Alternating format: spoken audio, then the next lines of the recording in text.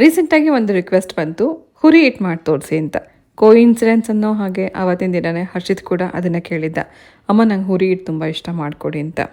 So ರಾಗಿ ಇದೊಂದು super food. ಇದರಿಂದ ಮಾಡುವಂಥ ಪ್ರತಿಯೊಂದು ಅಡುಗೆನೂ ಎಷ್ಟು ಹೆಲ್ದಿ ಇರುತ್ತೆ ಅಷ್ಟೇ ರುಚಿಯಾಗೂ ಇರುತ್ತೆ. ಹುರಿ ಹಿಟ್ಟು ಮಾಡೋದಕ್ಕೆ ಮೊದಲದಾಗಿ ತೊಳೆದು ಒಣಗಿಸಿ ಇಟ್ಕೊಂಡಿರೋಂಥ ರಾಗಿಗೆ ಕಡ್ದಿಟ್ಕೊಂಡಿರೋಂಥ ಮಜ್ಜಿಗೆ ಹಾಕಿ ಕಲಿಸ್ಕೋಬೇಕು. ಇದು ಸ್ವಲ್ಪ ಗಟ್ಟಿ ಮಜ್ಜಿಗೆ ಆಗಿರಬೇಕು, ನೀರು ಮಜ್ಜಿಗೆ ಅಲ್ಲ. ಮಜ್ಜಿಗೆಗೆ ಉಪ್ಪೆಲ್ಲ ಏನು ಹಾಕ್ಕೊಳ್ದೆ ಕಡಿದ್ಬಿಟ್ಟು ನಂತರ ಸ್ವಲ್ಪನೇ ಮಜ್ಜಿಗೆ ಹಾಕಿ ಈ ರಾಗಿ ಒದ್ದೆ ಆಗೋದಕ್ಕೆ ಎಷ್ಟು ಬೇಕೋ ಅಷ್ಟು ಮಾತ್ರ ಮಜ್ಜಿಗೆ ಹಾಕಿ ಕಲಸಿ ಸುಮಾರು ಒಂದು 2-3 ಗಂಟೆ ಮುಚ್ಚಿಟ್ಬಿಡೋಣ. ಇದು ಸ್ವಲ್ಪ ರಾಗಿ ಆ ಮಜ್ಜಿಗೆನಲ್ಲಿ ನೆನೆಯಬೇಕು. ಆನಂತರ ನಾವು ಇದನ್ನು ಹುರಿದ್ಬಿಟ್ಟು ಹಿಟ್ಟು ಮಾಡ್ಕೋಬೋದು. ಮುಖ್ಯವಾಗಿ ನೆನ್ಪಿಟ್ಕೋಬೇಕಾಗಿರೋದೇನೆಂದರೆ ಇದಕ್ಕೆ ಹಳೆ ರಾಗಿನ ಉಪಯೋಗಿಸ್ಕೊಂಡ್ರೆ ಹುರಿ ಹಿಟ್ಟು ತುಂಬ ರುಚಿಯಾಗುತ್ತೆ. ಆಫ್ಟರ್ನೂನ್ ಮಜ್ಜಿಗೆ, ಆಫ್ಟರ್ನೂನ್ ಅಲ್ಲ ಈವ್ನಿಂಗ್ ಆಗೋಯ್ತಾಗಲೇ ಬ್ಲೂಬೆರಿ ಮಜ್ಜಿಗೆ, blueberry lassi, yoghurt. You made it a buttermilk. You made it buttermilk. Recent ಆಗಿ ಏನು ಕುಡಿದ್ವಿ?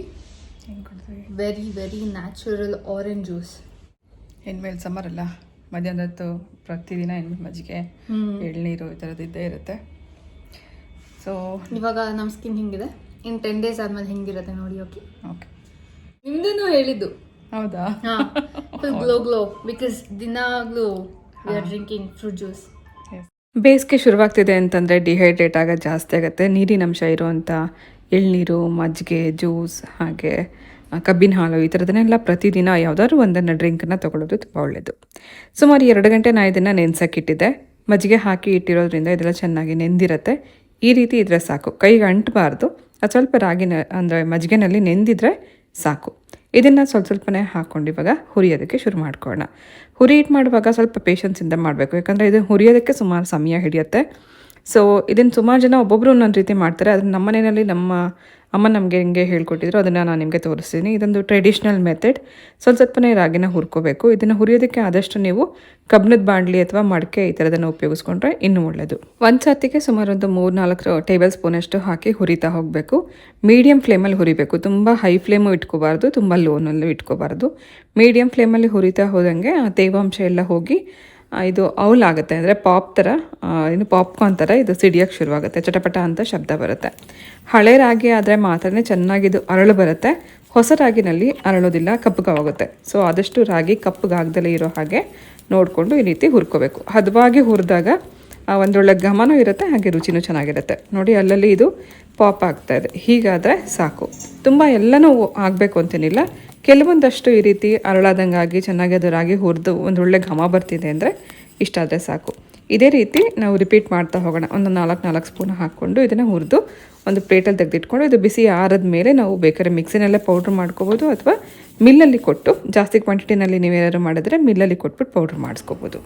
ನೋಡಿ ಇದು ಬಿಸಿ ಈಗ ಆರಿದೆ. ಇದನ್ನು ಮಿಕ್ಸಿನಲ್ಲಿ ಪೌಡ್ರ್ ಮಾಡಿ ತೋರಿಸ್ತಾ ಇದ್ದೀನಿ. ಕಡಿಮೆ ಕ್ವಾಂಟಿಟಿನಲ್ಲಿ ಏನಾದ್ರು ಮಾಡ್ಕೋಬೇಕು ಅಂತ ಅನ್ಸಿದ್ರೆ ಮಿಕ್ಸಿಲೇ ಪೌಡ್ರ್ ಮಾಡ್ಕೋಬೋದು. ಸ್ವಲ್ಪನೇ ಹಾಕ್ಕೊಂಡು ಪೌಡ್ರ್ ಮಾಡೋಣ.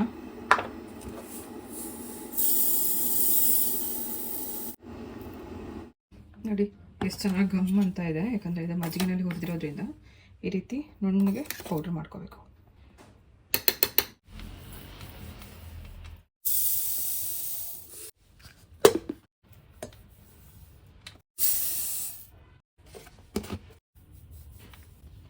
ನಮ್ಮ ಟ್ರೆಡಿಷ್ನಲ್ ಮೆಥಡಲ್ಲಿ ಮಾಡುವಂಥ ಹುರಿ ಹಿಟ್ಟು ರೆಡಿ ಇದೆ. ಇದನ್ನು ಸ್ಟೋರ್ ಮಾಡೋದಕ್ಕೆ ಒಂದು 8 ಬಾಟ್ಲಲ್ಲಿ ಹಾಕಿಟ್ಕೊಂಡ್ರೆ ತುಂಬ ದಿನಗಳು, ಅಂದರೆ 2-3 ತಿಂಗಳು ಇಟ್ಕೊಂಡು ನೀವು ಪೂರ್ತಿ ಬೇಸಿಗೆ ನೀವು ಇದನ್ನು ಎಂಜಾಯ್ ಮಾಡ್ಬೋದು. ತುಂಬ ರುಚಿಯಾಗಿರುತ್ತೆ. ಸೊ ಮಕ್ಳಿಗೆ ತುಂಬ ಇಷ್ಟ ಆಗುವಂಥ ಹುರಿ ಹಿಟ್ಟಿನ ಉಂಡೆ ಇವಾಗ ಹೇಗೆ ಮಾಡೋದು ನೋಡೋಣ. ಹುರಿ ಹಿಟ್ಟು ನಮ್ಗೆ ಎಷ್ಟು ಬೇಕೋ ಅದಕ್ಕೆ ತಕ್ಕಷ್ಟು ಹಿಟ್ಟು ಹಾಕ್ಕೊಂಡು ಅದಕ್ಕೆ ರುಚಿಗೆ ತಕ್ಕಷ್ಟು ಬೆಲ್ಲದ ಪುಡಿ ಹಾಕೋಣ.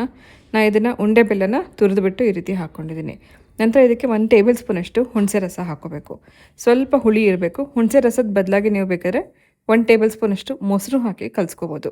ಸೊ ಸ್ವಲ್ಪ ಹುಳಿ ಸಿಹಿ ಎರಡೂ ಇದ್ರೇ ಹುರಿ ಹಿಡ್ದು ಟೇಸ್ಟ್ ಚೆನ್ನಾಗಿರುತ್ತೆ. ನಮ್ಮನೇಲಿ ನಮ್ಮಮ್ಮನೇ ನಮ್ಗೆ ಇದನ್ನು ಮಾಡಿಕೊಡ್ತಾಯಿದ್ರು, ಅದೇ ರೀತಿ ನಾನು ನಿಮಗೆ ಮಾಡಿ ತೋರಿಸ್ತಾ ಇದ್ದೀನಿ.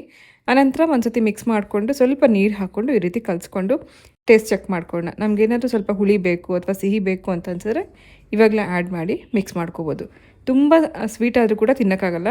ಮೀಡಿಯಮ್ ಒಂದು ಸ್ವೀಟ್ನೆಸ್ ಇರೋ ಹಾಗೆ ನೋಡಿಕೊಂಡು ಮಿಕ್ಸ್ ಮಾಡಿಕೊಂಡು ಉಂಡೆ ಕಟ್ಬಿಟ್ಟು ಮಕ್ಳಿಗೆ ಕೊಡ್ಬೋದು. ಮಕ್ಳಿಗೆ ಅಷ್ಟೇ ಅಲ್ಲ, ದೊಡ್ಡವ್ರಿಗೂ ಕೂಡ ತುಂಬ ಇಷ್ಟ ಆಗುತ್ತೆ.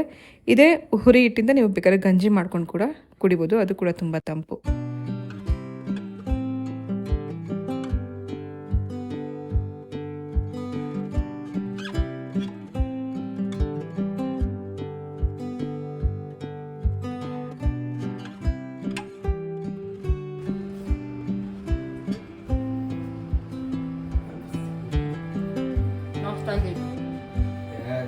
ಚೈಲ್ಡ್ಹುಡ್ ಮೆಮೊರೀಸ್ ಅಷ್ಟು ಫೇವ್ರೇಟ್ ಉಕ್ಕಿ ಉಕ್ಕಿ ವಾಪಸ್ ಬರ್ತದೆ. ಪ್ರಿಯಿಂಗೆ ಫೇವ್ರೇಟ್ ಯಾವುದಂದ್ರೆ ಗೋಧಿ ಮುದ್ದೆ. ಹ್ಞೂ ಅಷ್ಟು ಫೇವ್ರೇಟ್ ಹೊರೀಟ್. ಮಾಮಗೂ ತುಂಬ ಇಷ್ಟ ಇದು. ಹ್ಞೂ ನಮ್ಮ ಕಲರ್ ಇದೆಲ್ಲ ಅದಕ್ಕೆ ನಾನು ಗೋಧಿ ಅವನು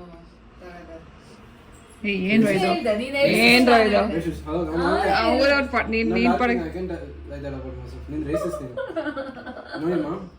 ರಾಗಿ ಕಲರ್ ಇದು ಗೋಧಿಗಿಂತಲೂ ಹೆಲ್ದಿ ಹೇಳ್ಬೇಕಂದ್ರೆ ಗೊತ್ತಾ ಎಷ್ಟು ಡಿಮ್ಯಾಂಡ್ ರಾಗಿಗೆ.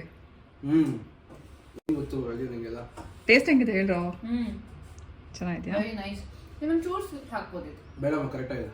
ಆದಮ್ಮ ಸ್ವೀಟ್ ಜಾಸ್ತಿ ತಿನ್ನೋರಿಗೆ ಹಾಕಿದ್ದೆ ಇಲ್ಲ, ಅವಾಗಲೇ ಟೇಸ್ಟ್ ಚೆಕ್ ಮಾಡಿ ಹಾಕ್ತೆ. ಯಾವಾಗಲೂ ಹಿಂಗೇನೆ, ಯಾವಾಗಲೂ ನನ್ನ ಕಾಲಿಗೆ ಕಾಯ್ತಾ ಇರ್ತಾನೆ. ಶುಗರ್ ನೋ ಥ್ಯಾಂಕ್ಸ್ ನಾನಾಗಲಿ ಮಮ್ಮಿ ನ್ಯೂ ಇಯರ್ ರೆಸಲ್ಯೂಷನ್ ಏನಾಯ್ತು? ಯಾವ್ದು ಅದು 2023 ರೆಸಲ್ಯೂಷನ್ 2026 ಹೇಳ್ತಾರೆ. ಇನ್ನ ಹೇಳ್ತಿದ್ಯಾ ಶುಗರ್ ಬೇಕು? Live your life. ಅಮ್ಮ ಇದು ಶುಗರ್ ಅಲ್ಲ, Proper ಬೆಲ್ಲ ಅಲ್ಲ. ಅಮ್ಮ. ಪ್ರಾಪರ್ ಆಗಿದೆ ಬೆಲ್ಲ. ಶುಗರ್ ನಿನ್ನೆ ನಿಮ್ಗೊಂದು ವಿಡಿಯೋ ಕಳಿಸ್ತೀನಿ, ಅದನ್ನ ತೋರಿಸಿ ಆಯ್ತಾ? ನಿನ್ನೆ ಯಾರೋ ನಮ್ಗೆ ತಿನ್ನಕ್ ಮಾತ್ರ ಹೋಲ್ ಕೇಕ್ ತಗೊಂಡ್ಬಂದ್ಬೇಡ ಅಮ್ಮ ಸ್ಪೇಸ್ಟಿಂದ ಅಂತ ಯಾರೋ ಹೇಳಿದ್ರು. ಅಮ್ಮ ಹೋಗ್ಬಿಟ್ಟು 5 ಪೀಸ್ ಕೇಕ್ ತಂದ್ಕೊಟ್ಟಿದ್ದೀನಿ. ನಿನ್ನೆ ಒಂದೇ ರಾತ್ರಿ 2 ಪೀಸ್ ಖಾಲಿ. ಶುಗರ್ ಶುಗರ್ ಬೆಲ್ಲ ಬೆಲ್ಲ.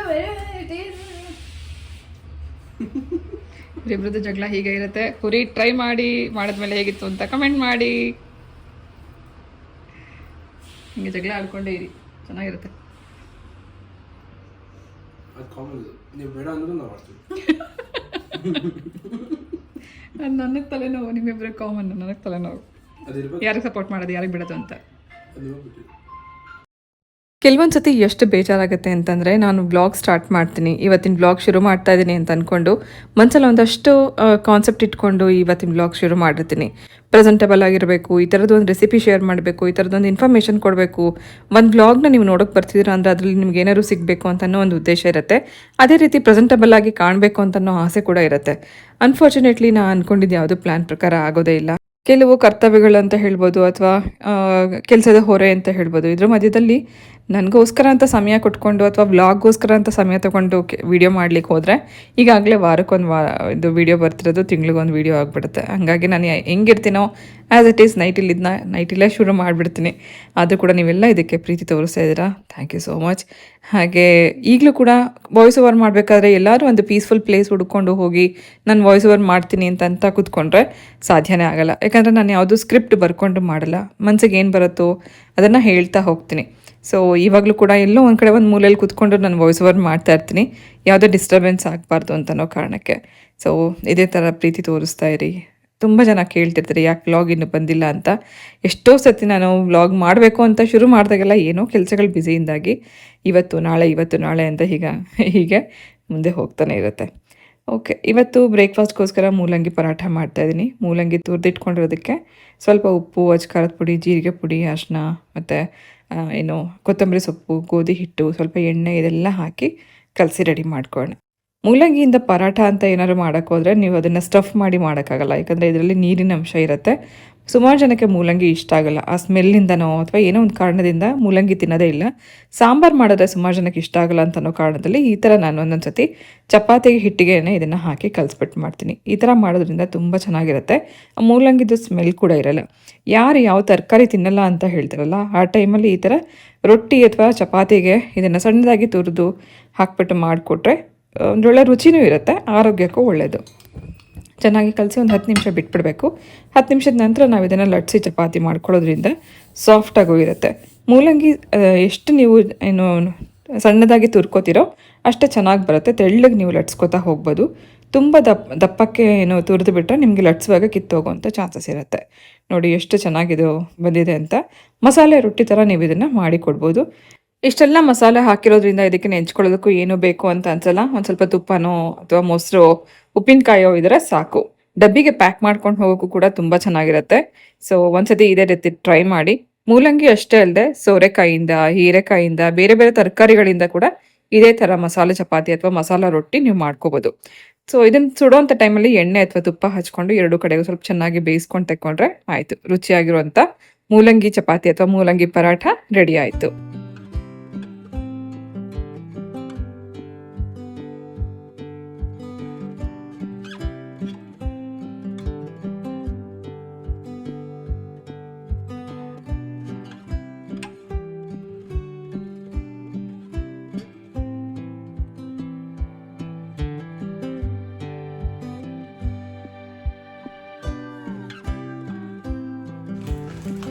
ತುಂಬ ದಿನದ ನಂತರ ಒಂದು ಡ್ರೆಸ್ ಹಾಲ್ ನಿಮ್ಮ ಜೊತೆಗೆ ಶೇರ್ ಮಾಡ್ತಿದ್ದೀನಿ. ಒಂದಲ್ಲ ಎರಡಲ್ಲ 3 ಡ್ರೆಸ್ ಹಾಲ್ ನಿಮ್ಮ ಜೊತೆಗೆ ಶೇರ್ ಮಾಡ್ತಿದ್ದೀನಿ. ಸೊ ಈ 3 ಡ್ರೆಸ್ ಒಂದ್ಸತಿ ಹಾಲ್ ನೋಡ್ಕೊಂಬೋಣ. ಇದು 3 ಕೂಡ ಸೆಟ್ ಇದೆ. ಸೊ ಮೊದಲೇದು ನಾನು ಎಲ್ಲಿಂದ ತರಿಸಿದ್ದೀನಿ ಅಂತಂದರೆ ಹೊರಟೋಗ್ಬಿಟ್ಟು ಮರೂನ್ ಕಲರ್, ಕೆಮ್ಮಣ್ ಕಲರ್ ಏನಂತಾರೆ ಆ ಥರದ್ದು. ಇದ್ರದ್ದು ಪ್ಯಾಂಟ್ ಈ ಥರ ಇದೆ.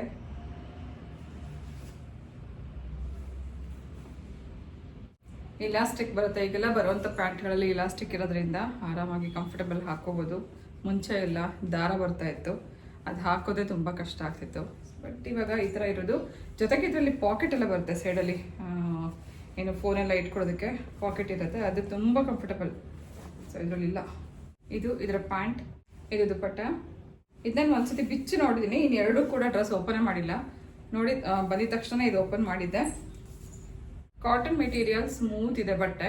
ಸೊ ಒಂದ್ಸತಿ ವಾಶ್ ಮಾಡಿದ್ಮೇಲೆ ಸ್ವಲ್ಪ ಶ್ರಿಂಕ್ ಆಗ್ಬೋದು. ಕಾಟನ್ ಮೆಟೀರಿಯಲ್ ಯಾವುದೇ ಆದರೂ ಕೂಡ ಸ್ವಲ್ಪ ಶ್ರಿಂಕ್ ಆಗೇ ಆಗುತ್ತೆ. ಶ್ರಿಂಕ್ ಆಗೋದಕ್ಕೆ ಒಂದು ಟಿಪ್ಸ್ ಹೇಳಲ್ಲ. ಮುಂಚೆನೇ ಹೊಸ ಬಟ್ಟೆ ಯಾವ್ದಾದ್ರು ನೀವು ಒಗೆಯೋದಕ್ಕೆ ಮುಂಚೆ 1 ಗಂಟೆ ಉಪ್ಪು ನೀರಲ್ಲಿ ನೆನೆಸಿಟ್ಬಿಟ್ಟು ನಂತರ ವಾಶ್ ಮಾಡಿದ್ರೆ ಬಟ್ಟೆ ಶ್ರಿಂಕ್ ಆಗಲ್ಲ.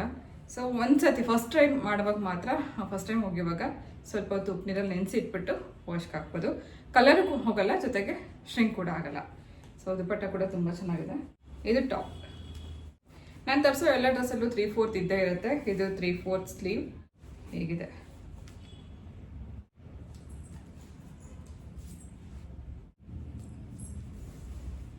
ಇದಕ್ಕೆ ಸೈಡ್ ಕಟ್ ಇದೆ. ನಾನು ಯೂಶಲಿ ನಾನು ಅಂಬ್ರೆಲಾ ಏನು ಟಾಪ್ನ ಹಾಕ್ತಾ ಇದ್ದೆ, ಬಟ್ ಈ ಸತಿ ಸೈಡ್ ಕಟ್ ಇರೋದ್ರಿಂದ ತರಿಸಿದ್ದೀನಿ. ತುಂಬ ಚೆನ್ನಾಗಿದೆ, ನಂಗೆ ತುಂಬ ಇಷ್ಟ ಆಯಿತು. ಈ ಕಲರ್ ತುಂಬ ಇಷ್ಟ ಆಯಿತು. ನೆಕ್ಸ್ಟ್ ಈ ಡ್ರೆಸ್ ಹರ್ಷಿತ್ ನಂಗೆ ಸೆಲೆಕ್ಟ್ ಮಾಡಿದ್ದು. ಎಷ್ಟು ಪ್ರಿಟಿಯಾಗಿದೆ. ಮೇಲ್ಗಡೆ ಡಿಸೈನ್ ಅಂತೂ ತುಂಬ ಚೆನ್ನಾಗಿ ಕಾಣಿಸ್ತಿದೆ. ನಾನು ಇವಾಗ ಓಪನ್ ಮಾಡ್ತಿರೋದೆ ಇದೆ ಫಸ್ಟು. ಯಾಕೆ ರೆಡ್ ಇದೆ ನೋಡಿ. ಇದು ಕೂಡ ರೆಡ್, ಇದು ರೆಡ್. ರೀಸೆಂಟಾಗಿ ನಮ್ದೊಂದು ಪ್ಲ್ಯಾನ್ ಆಗಿತ್ತು, ನಮ್ಮ ಫ್ರೆಂಡ್ಸ್ದೆಲ್ಲ ಒಟ್ಟಿಗೆ ಒಂದ್ಸತಿ ಮೀಟ್ ಮಾಡೋಣ ನ್ಯೂ ಇಯರ್ ಟೈಮಲ್ಲಿ ಅಂತ ಹೇಳಿ. ಅಂದರೆ ನ್ಯೂ ಇಯರ್ ಆದಮೇಲೆ ಒಂದು ಡೇಟ್ ಫಿಕ್ಸ್ ಆಗಿತ್ತು. ಎಲ್ಲ ಫ್ರೆಂಡ್ಸ್ ಮೀಟ್ ಮಾಡೋಣ ಅಂತ ಹೇಳಿ ನನ್ನ ಫ್ರೆಂಡ್ ಒಂದು ಡ್ರೆಸ್ ಕೋಡ್, ಅಂದರೆ ಡ್ರೆಸ್ದು ಒಂದು ಡಿಸೈನ್ ಹೇಳಿದ್ದು, ಐ ಮೀನ್ ಕಲರ್ ಹೇಳಿದ್ಲು. ಎಲ್ಲರೂ ಇದೇ ಕಲರ್ ತೊಗೋಬೇಕು, ಇಲ್ಲ ಇದೇ ಕಲರಲ್ಲಿ ಹಾಕೊಂಬರ್ಬೇಕು ಅಂತ ತುಂಬ ಪ್ಲ್ಯಾನ್ ಮಾಡಿದ್ಲು. ಅನ್ಫಾರ್ಚುನೇಟ್ಲಿ ಆ ಪ್ಲ್ಯಾನ್ ಫ್ಲಾಪ್ ಆಯಿತು. ಯಾರು ಮೀಟ್ ಮಾಡ್ಲಿಕ್ಕೆ ಸಾಧ್ಯ ಆಗಲಿಲ್ಲ. ಆ ಟೈಮಲ್ಲಿ ಹಾಕ್ಕೊಳ್ಳೋಕ್ಕೆ ಅಂತಲೇ ರೆಡ್ ಕಲರ್ ಡ್ರೆಸ್ ನಾನು ಹುಡುಕ್ತಾ ಇದ್ದೆ. ಇದು ಕೂಡ ಅವಾಗಲೇ ನಾನು ತೊಗೊಂಡಿದ್ದೆ, ಬಟ್ ನಂಗೆ ಅಷ್ಟು ಇದು ಕ್ವಾಲಿಟಿ ಇಷ್ಟ ಆಗಿಲ್ಲ. ಇದು ಮೀಶೋಯಿಂದ ತರಿಸಿದ್ದೆ. ಇದು 1 ಪೀಸ್ ಕೆಳಗಡೆವರೆಗೂ ಇದೆ, 1 ಪೀಸ್ ಥರದ್ದಿದೆ. ಸೊ ಡೈಲಿ ಯೂಸಿಗೆ ಚೆನ್ನಾಗಿದೆ, ಬಟ್ ಹೊರಗಡೆ ಹಾಕ್ಕೊಂಡು ಹೋಗೋಕೆ ಅಂತಂದರೆ ಒಂದು ಸ್ವಲ್ಪ ಯುನೀಕ್ ಆಗಿರಲಿ ಅಂತ ಅದನ್ನು ನೋಡ್ತಾ ಇದ್ದೆ. ನನಗೆ ಸಿಕ್ಕಲಿಲ್ಲ ಆ ಟೈಮಲ್ಲಿ. ನ್ಯೂ ಇಯರ್ ಟೈಮಲ್ಲಿ ಅಂದರೆ ಕ್ರಿಸ್ಮಸ್ ಕೂಡ ಇರುತ್ತೆ, ಸುಮಾರು ಜನ ಆ ಟೈಮಲ್ಲಿ ಶಾಪಿಂಗ್ ಮಾಡಿರ್ತಾರೆ. ನಮಗೆ ಬೇಕಾಗಿರೋ ಕಲರ್ ಸಿಕ್ಕೋದೇ ಇಲ್ಲ. ಸೊ ತುಂಬ ಹುಡುಕಿದ ಮೇಲೆ ಇದು ಸಿಕ್ತು. ಡಿಸೈನ್ ತುಂಬ ಚೆನ್ನಾಗಿದೆ ಅಂತ ಅನಿಸ್ತು, ಹಾಗಾಗಿ ನಾನು ಆರ್ಡರ್ ಮಾಡಿದೆ. ಬಟ್ ಓಪನ್ ಮಾಡ್ತಿರೋದು ಹೋದ ತಿಂಗಳು ತರಿಸಿದ್ದು, ಈ ತಿಂಗಳು ಓಪನ್ ಮಾಡ್ತಿದ್ದೀನಿ. ಅಂದರೆ ಜನವರಿಲಿ ತರಿಸಿದ್ದು, ಫೆಬ್ರವರಿಲಿ ಓಪನ್ ಮಾಡ್ತಿದ್ದೀನಿ. ಪ್ರೋಗ್ರಾಮ್ ಫ್ಲಾಪ್ ಆದರೆ ಏನಂತೆ, ಮತ್ತೊಂದು ಸರ್ಪ್ರೈಸ್ ಆಗಿರೋವಂಥ ಒಂದು ಪ್ರೋಗ್ರಾಮ್ ಇದೆ, ಅದಕ್ಕೋಸ್ಕರ ನಾನು ಇದನ್ನು ಹಾಕೋತಾ ಇದ್ದೀನಿ. ಈ ಡ್ರೆಸ್ದು ಮೇಲ್ಗಡೆ ಡಿಸೈನ್ ನೋಡಿ ಎಷ್ಟು ಚೆನ್ನಾಗಿದೆ ಅಂತ. ಎಂಬ್ರಾಯ್ಡ್ರಿ ವರ್ಕ್ ಇದೆ, ಮೆಷಿನ್ ಎಂಬ್ರಾಯ್ಡ್ರಿ ಮಾಡಿದ್ದಾರೆ. ಅಷ್ಟುಬಿಟ್ಟ ನೀನು ಚೂಸ್ ಮಾಡಿ ಡ್ರೆಸ್ ಹಾಕೊಂಡಿಲ್ಲ, ಇನ್ನು ಹಾಕೊಂಡು ನೋಡ್ಬೇಕು. ಕ್ರಿಸ್ಮಸ್ ಥೀಮ್ ಅಲ್ಲ, ನ್ಯೂ ಇಯರ್ಗೆ ಮೀಟ್ ಮಾಡುವಾಗ ಎಲ್ಲರೂ ಈ ಥರದ್ದು ಹಾಕೊಂಬೋಣ ಅಂತ ಹೇಳಿದ್ದು. ಬಟ್ ನಂಗೆ ಎಲ್ಲಿ ಸಿಕ್ಕಲಿಲ್ಲ, ಅದಕ್ಕೋಸ್ಕರ ಒಂದು ಹುಡುಕ್ತಾ ಇದ್ವಿ. ಬಟ್ ಕಲರ್ ಇದು ತುಂಬ ಬ್ರೈಟ್. ಪ್ರಿಯಾ ಹೇಳಿದಾಗೆ ತುಂಬ ಡಾರ್ಕ್ ರೆಡ್ ಕಲರ್ ಕಾಣಿಸುತ್ತೆ. ನನ್ನ ಹತ್ರ ಇರೋದು ಇದೊಂದು ಮತ್ತು ಇದೊಂದು ರೆಡ್ ಅಂತ ಇರೋದು ಇವಾಗ ಸದ್ಯಕ್ಕೆ. ಇದರಲ್ಲಿ ಡಿಸೈನ್ ತುಂಬ ಇಷ್ಟ ಆಯಿತು, ಬಟ್ ಸ್ವಲ್ಪ ತೆಳ್ಳಗಿದೆ ಅಂತ ಅನ್ನಿಸ್ತಾ ಇದೆ. ಎಂಬ್ರಾಯ್ಡ್ರಿ ಡಿಸೈನ್ ಕೊಟ್ಟಿದ್ದಾರೆ, ಹಾಗೆ ಅಲ್ಲಲ್ಲಿ ಚಮಕಿ ವರ್ಕ್ ಮಾಡಿದ್ದಾರೆ. ಸ್ಲೀವ್ಸ್ಗೂ ಕೂಡ ಈ ರೀತಿ ಚಮಕಿ ವರ್ಕ್ ಕೊಟ್ಟಿದ್ದಾರೆ. ಚೆನ್ನಾಗಿದೆ, ನೋಡೋಣ ಹಾಕ್ಕೊಂಡ್ಮೇಲೆ ಹೆಂಗೆ ಕಾಣಿಸುತ್ತೆ ಅಂತ. ಇದ್ರ ಜೊತೆಗೆ ಬಂದಿರೋ ಅಂಥ ಪ್ಯಾಂಟ್ ಎಷ್ಟು ರೆಡ್ ಕಾಣಿಸ್ತಿದೆ ಇಲ್ಲೆಲ್ಲ. ದುಪ್ಪಟ್ಟ ಚೆನ್ನಾಗಿದೆ, ಮೆಟೀರಿಯಲ್ ಮುಟ್ಟಿದ ತಕ್ಷಣ ಗೊತ್ತಾಯ್ತು, ತುಂಬ ಸಾಫ್ಟ್ ಆಗಿದೆ. ಆ್ಯಕ್ಚುಲಿ ಚೆನ್ನಾಗಿದೆ, ಹಾಕ್ಕೊಂಡ್ಮೇಲೆ ಚೆನ್ನಾಗಿ ಕಾಣಿಸುತ್ತೆ. ಹಾಂ, ಒಂದು ಸ್ಪೆಷಲ್ ಪ್ರೋಗ್ರಾಮ್ ಬರ್ತಿದೆ ಅಂತ ಹೇಳಿದ್ನಲ್ಲ, ಅವತ್ತಿನ ದಿನ ಹಾಕ್ಕೊಂಡು ನಾನು ನಿಮಗೆ ತೋರಿಸ್ತೀನಿ. ತುಂಬ ಚೆನ್ನಾಗಿದೆ, ನನಗೆ ದುಪ್ಪಟ್ಟ ಇಷ್ಟ ಆಯಿತು. ಚೆನ್ನಾಗಿದೆ ಅಷ್ಟು.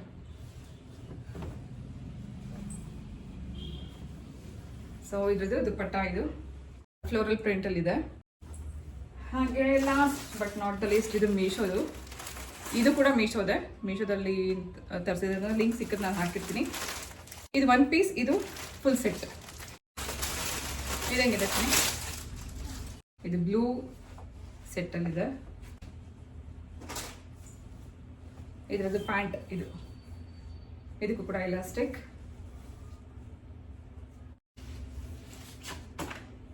ಇದು ಟಾಪ್,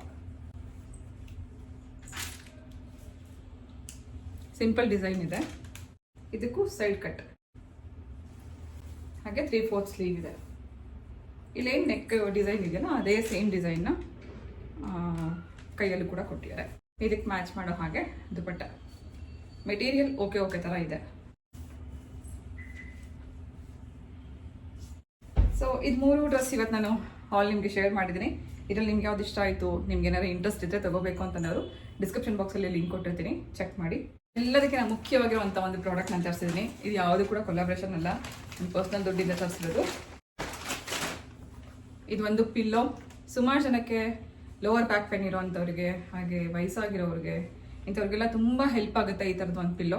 ಯೂಶಲಿ ನಾವು ಫ್ಲಾಟ್ ಪಿಲ್ಲೋದಲ್ಲಿ ಮಲ್ಕೋತೀವಿ, ಕೆಲವೊಮ್ಮೆ ಕತ್ನೋವು ಬರುತ್ತೆ, ಬೆನ್ನೋವು ಬರುತ್ತೆ. ಅಂಥ ಟೈಮಲ್ಲಿ ಈ ಥರದನ್ನ ಪಿಲ್ಲೋ ಯೂಸ್ ಮಾಡಬೇಕು ಅಂತ ಹೇಳ್ತಾರೆ. ತುಂಬ ಕಡೆ ನಾನು ನೋಡ್ತಾ ಇದ್ದೆ, ಲೋವರ್ ಬ್ಯಾಕ್ ಪೇನ್ ಇರೋರಿಗೆ ಸ್ವಲ್ಪ ಎತ್ತರಕ್ಕೆ ಹಾಕೊಂಡು ಮಲ್ಕೋಬೇಕು, ಅಥವಾ ಕೆಲವರಿಗೆ ಕಾಲು ಊತ ಬರುತ್ತೆ. ಪ್ರೆಗ್ನೆನ್ಸಿ ಟೈಮಲ್ಲಿ ಕಾಲು ಊತ ಬರೋರಿಗೆ ಡಾಕ್ಟರ್ ಸಜೆಸ್ಟ್ ಮಾಡ್ತಾರೆ ಕಾಲು ಕೆಳಗಡೆ ಪಿಲ್ಲೋ ಹಾಕೊಂಡು ಮಲ್ಕೊಳ್ಳಿ ಅಂತ, ಊತ ಕಮ್ಮಿ ಆಗುತ್ತೆ ಅಂತ. ಸೊ ಯಾರಿಗೆ ಲೋವರ್ ಬ್ಯಾಕ್ ಪೇನ್ ಇರುತ್ತೆ ಅಂಥವ್ರಿಗೆ ಮಚ್ ನೀಡೆಡ್ ಪಿಲ್ಲೋ ಅಂತ ಹೇಳ್ಬೋದು. ನನಗೆ ತುಂಬ ಲೋವರ್ ಬ್ಯಾಕ್ ಪೇನ್ ಅವಾಗ ಬರ್ತಾನೆ ಇರುತ್ತೆ. ಇದು ನಾನು ತರಿಸಿದ್ದೀನಿ. ಇದನ್ನ ಮಲ್ಟಿಪರ್ಪಸ್ ಥರ ಉಪಯೋಗಿಸ್ಕೋಬೋದು. ಒಂದು ತಲೆ ಕೆಳಗಡೆ ಹಾಕೊಂಡು ಮಲ್ಕೊಳ್ಳೋದಕ್ಕೂ ಉಪಯೋಗಿಸ್ಕೋಬೋದು. ಅಂದರೆ ಹಾಕ್ಕೋಬೇಕಾದ್ರೆ ಈಗ ಹಾಕ್ಕೋಬೇಕು, ಸ್ವಲ್ಪ ಎತ್ತರಕ್ಕಿರೋ ಹಾಗೆ ಹಾಕ್ಕೊಂಡು ಮಲ್ಕೊಂಡಾಗ ಸ್ವಲ್ಪ ಬೆನ್ನಿಗೆ ಸಪೋರ್ಟ್ ಸಿಗ್ದಂಗೆ ಆಗುತ್ತೆ, ಆಗ ಬೆನ್ನೋವು ಕಮ್ಮಿ ಆಗುತ್ತೆ ಅಂತ ಹೇಳ್ತಾರೆ. ಕೆಳಗಡೆ ನೆಲದಲ್ಲಿ ಕುತ್ಕೊಳ್ಳೋವಾಗಲೂ ಇದನ್ನ ಹಿಂದೆಗೆ ಇಟ್ಕೊಂಡು ಕುತ್ಕೊಳ್ಳೋದ್ರಿಂದ ಬೆನ್ನೋವು ಬರಲ್ಲ. ಕೆಲವು ಟೈಮ್ ಏನಾಗುತ್ತೆ, ಅಭ್ಯಾಸನ ತಪ್ಪೋಗ್ಬಿಟ್ಟಿರುತ್ತೆ ಕೆಳಗಡೆ ಕುತ್ಕೊಳ್ಳೋದು. ಸೊ ಈ ಥರ ಇಟ್ಕೊಂಡು ಕುತ್ಕೊಂಡಾಗ ಸ್ವಲ್ಪ ಸಪೋರ್ಟ್ ಸಿಗ್ದಂಗೆ ಆಗುತ್ತೆ, ಆರಾಮಾಗಿ ಕುತ್ಕೋಬೋದು. ಹಾಗೆ ಕಾಲು ನೋವು ಇರೋರು ಕೂಡ ಇದನ್ನು ಹಾಕ್ಕೊಂಡು ಈ ರೀತಿ ಇಟ್ಕೊಂಡು ಇದ್ರ ಮೇಲ್ಗಡೆಗೆ ಅಪ್ಪರ್ ಪೋರ್ಷನಲ್ಲಿ ಕಾಲು ಇಟ್ಕೊಂಡಾಗ ಕಾಲು ನೋವಿದ್ರೆ, ಮಂಡಿ ನೋವಿದ್ರೆ ತುಂಬ ಕಮ್ಮಿ ಆಗುತ್ತೆ ಅಂತ ಹೇಳ್ತಾರೆ. ಸೊ ಅದಕ್ಕೋಸ್ಕರ ನಾನು ತುಂಬಾ ದಿನದಿಂದ ಅಂದ್ಕೋತಾ ಇದ್ದೆ ಈ ಥರದೊಂದು ಪಿಲ್ಲೋ ಬೇಕು ಅಂತ. ಯಾವಾಗಲೂ ನಾವು ಫ್ಲಾಟ್ ಪಿಲ್ಲೋ ಹಾಕೊಂಡು ಮಲ್ಕೋತೀವಲ್ಲ, ಎಷ್ಟೋ ಸತಿ ನಾವು ಮಲ್ಗುವಂಥ ಪೊಸಿಷನ್ ಸರಿ ಇರಲ್ಲ, ಅದರಿಂದನೇ ಎಷ್ಟೋ ಸತಿ ಬ್ಯಾಕ್ ಪೇನ್ ಬರುತ್ತೆ. ಸೊ ಅದಕ್ಕೋಸ್ಕರ ತರಿಸಿದಂಥ ಪಿಲ್ಲೋ ಇದು. ಸೊ ವಯಸ್ಸಾಗಿರೋರು ಯಾರು ಇದ್ರೆ ಮನೆಯಲ್ಲಿ, ಅಥವಾ ಲೋವರ್ ಬ್ಯಾಕ್ ಪೇನ್ ಇರೋವಂಥವ್ರಿಗಂತೂ ತುಂಬ ಯೂಸ್ ಆಗುತ್ತೆ. ಈ ಪ್ರಾಡಕ್ಟ್ ನಾನು ಅಮೆಝಾನಿಂದಲೇ ತರಿಸಿದ್ದು. ಸೊ ಯಾವುದೇ ಪ್ರಾಡಕ್ಟ್ ಆಗಲಿ, ಎಲ್ಲ ಪ್ರಾಡಕ್ಟು ನಾನು ಆದಷ್ಟು ಲಿಂಕ್ ಹುಡುಕಿ ಹಾಕೋದಕ್ಕೆ ಟ್ರೈ ಮಾಡ್ತೀನಿ, ಚೆಕ್ ಮಾಡ್ತಾ ಇರಿ. ಹಾಗೆ ಇವತ್ತಿನ ಈ ಬ್ಲಾಗ್ ನಿಮಗೆ ಹೇಗೆ ಅನಿಸ್ತು ಕಮೆಂಟ್ ಮಾಡಿ ತಿಳಿಸಿ. ವಿಡಿಯೋ ಇಷ್ಟ ಆಗಿರೋ ಲೈಕ್ ಮಾಡಿ, ನಿಮ್ಮ ಫ್ರೆಂಡ್ಸ್ ಆ್ಯಂಡ್ ಫ್ಯಾಮಿಲಿಗೆ ನನ್ನ ವಿಡಿಯೋನ ಶೇರ್ ಮಾಡಿ ಅಂತ ಹೇಳ್ತಾ ಇವತ್ತಿನ ಈ ಬ್ಲಾಗ್ ಜೊತೆಗೆ ನಾನು ಹೊರಡ್ತಾ ಇದ್ದೀನಿ. ಮತ್ತೆ ಸಿಗ್ತೀನಿ ನಾಳೆ ಇನ್ನೊಂದು ಇಂಟ್ರೆಸ್ಟಿಂಗ್ ಆಗಿರುವಂಥ ಬ್ಲಾಗ್ ಜೊತೆಗೆ. ಹೋಗ್ಬರಲ್ಲ.